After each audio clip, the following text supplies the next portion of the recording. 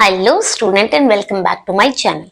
Today we will start question number 2 of exercise 7.2. So let's start. Question number 2 is find the coordinate of the points of trisection of the line segment joining 4, -1 and -2, -3. यानी कि एक जो line segment है, ये आपकी line segment है A B, ये इसके पॉइंट्स है और ये इसके पॉइंट। इस लाइन सेगमेंट को ट्राइसेक्शन पार्ट्स में डिवाइड किया गया है। ट्राइसेक्शन पी क्यू 1 1 1 तो 3 हो गए, तो ट्राइसेक्शन यानी कि 3 पार्ट्स में इसे डिवाइड किया है। अब देखिए यानी कि रेशियो आपको मिल गई 1:1:1। ठीक है बच्चों, अब सबसे पहले हम P के कोऑर्डिनेट फाइंड आउट करते हैं, देन Q के। तो देखिए P के कोऑर्डिनेट फाइंड करने के लिए मान लीजिए एक लाइन है A P B, ठीक है, AP और PB, क्योंकि Q के तो नहीं, पहले P के फाइंड करेंगे, यहां A से, तो ये हो गया 1, यानी कि अब AP रेशियो PB, तो AP और PB यानी कि M1 M2 आपको चाहिए, तो AP है 1, PB 1 1, तो AP और PB के रेशियो आए 1:2। तो देखिए सबसे पहले P के coordinate M1 x2 M2 x1, M1 plus M2। Next आपको पता है Y2 होता है, Y1 होता है, M1 होता है और M2 होता है, बीच में plus, divided M1 plus M2।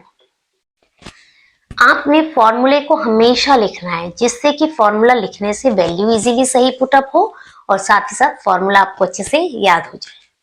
अब M1 देखिए क्या है,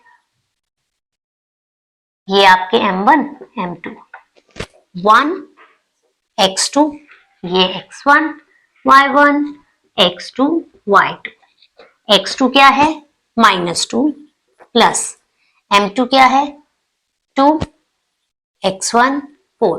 देखिए M1 M2 x1 y1 x2 ये सब आप लिख लिया करिए, इससे आपको वैल्यू पुट करने में आसानी होगी। अगर आप ऐसे नहीं लिखना चाहते तो आप ऐसे भी लिख सकते हैं, x1 4 है, x2 -2 है, y1 -1 है और y2 -3 है, M1 1 है, M2 2 है। सो यहीं से आप वैल्यू पुट कर सकते हैं। नीचे M1 M2 क्या है 1 2 1 प्लस 2।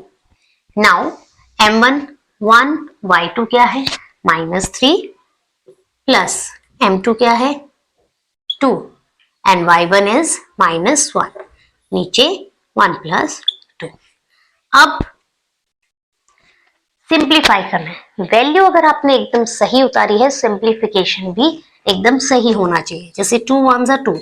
अब ऐसा ना हो आप माइनस भूल जाए, तो याद रखिएगा सिंप्लीफिकेशन भी सही होना चाहिए। 4 2s are 8, 2 + 1 3, 3 1s are 3, sign minus plus minus minus, 2 1s are 2 3, minus plus minus 8 - 2 6, बड़ी डिजिट का साइन प्लस का 3, माइनस माइनस प्लस 5, बड़ी डिजिट का साइन 3 2s are 6, यानी कि कोऑर्डिनेट्स ऑफ P क्या है आपके पास 2, -5/3। इस तरीके से हमने P के कोऑर्डिनेट निकाले। अब देखिए Q के कोऑर्डिनेट।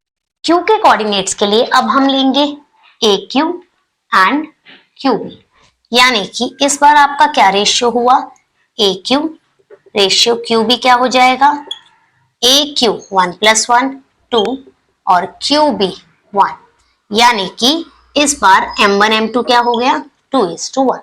तो Q के कोऑर्डिनेट कैसे निकालेंगे M1 x2 M2 x1 M1 plus M2। Now M1 y2 M2 y1 M1 plus M2, right.